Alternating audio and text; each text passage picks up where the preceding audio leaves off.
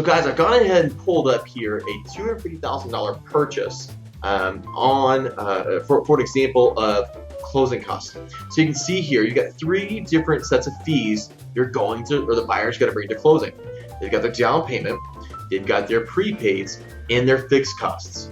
Now the public, when you say closing costs, normally hears all costs associated with the purchase outside of the down payment, right? Now, we know as industry professionals that there's a difference between prepaids and fixed costs, and we're going to go through and explain that a little bit to you so you can explain it better in more detail to your end buyer, okay? So first off, I'm going to go ahead and pull up all the detailed fees here, okay? So let's talk about prepaids, for example. The big difference between prepaids and closing costs are prepaids are costs that are incurred as soon as the house is closed and going in the future. These are things like your insurance. So in home ownership, a homeowner pays for insurance a year in advance. So we're gonna take at least a year of insurance at closing, and we're gonna ask for an additional 2 to 3 months. The lender is gonna ask for an additional 2 to 3 months of insurance payments to go ahead and set up a minimum balance in your escrow account. The next piece we're going to add there is a few months of taxes to set the minimum balance in your escrow account, because your insurance and taxes are going to be wrapped into your final payment, your monthly payment. And then your mortgage company will pay your insurance and taxes every year as they can do on your behalf to make that nice and easy. The third piece of the prepaids items here is a 15 days of interest. Now, if you're closing on the 10th of the month, you might have 20 days interest. If you close on the 25th of the month, you might have 5 or 6 days interest. You always pay interest on your money from the day you close through the end of the month. Okay? Now, the next couple fees in here are title fees, lender fees, and other fees. But before I get into that, I want to talk a little bit about the minimum requirements to buy a house as far as closing costs go. Now, if you want to go buy a piece of real estate, what we're doing, remember here, is transacting where the seller is selling their deed or their rights to a property, and it's to the land. A lot of this land has a home on it or something like that, which makes it more valuable, but essentially we're trading land for money. All we really have to get the transaction done is an exchange of money, a signed deed, and file it with the county.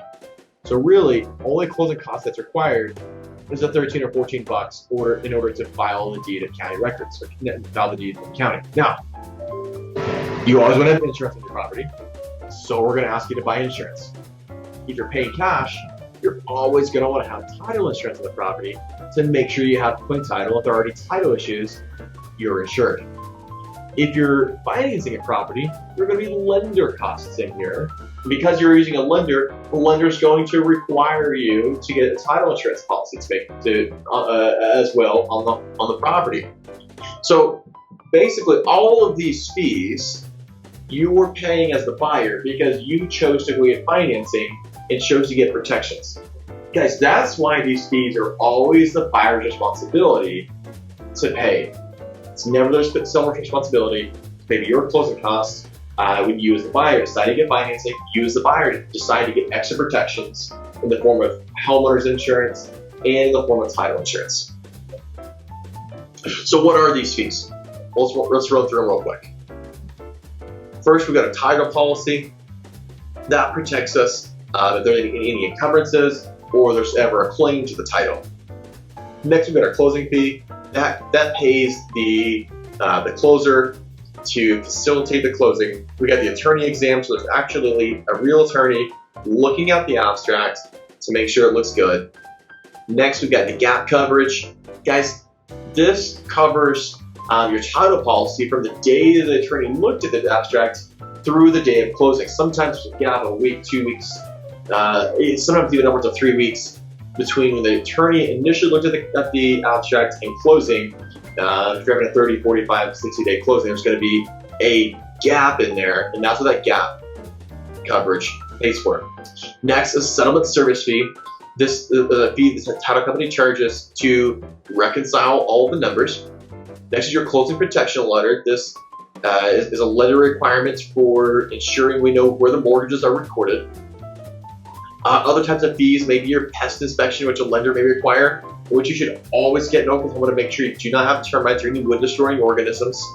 Next here is your survey, and that's going to make sure the house is actually sitting on the property. It's not built on any building lines or any easements. There's no encroachments on the property. You're going to have some miscellaneous lender fees. No, this is just a guess in here. Some lenders charge less, some lenders charge more. All depends on your rate you're getting as well. An appraisal, that is a finance charge to make sure that the house is worth what we're spending on it. Mortgage tax, it's pretty straightforward. That is a tax the state charges. Recording fee, it's recording of the mortgage and the deed with the local county. That's for e-recording fee as well. Sometimes there are additional fees on there associated with the transaction, guys, but your inspections there as well. So guys, remember that all of these fees on here, other than the recording fees, are not required fees for a real estate transaction. They all stem from the new homeowner wanting to have insurance policies on the title to make sure they're not buying a title that has any claims or liens on it. And or if they're getting financing, it's going to help them get the financing and pay for any costs associated with due diligence and the financing for that property. I hope you're happy where you are, but if you're not, let's connect. Reach out to me at Zach, Z-A-C-H, at homesteadrealtyco.com. Again, that's Zach, Z-A-C-H, at homesteadrealtyco.com.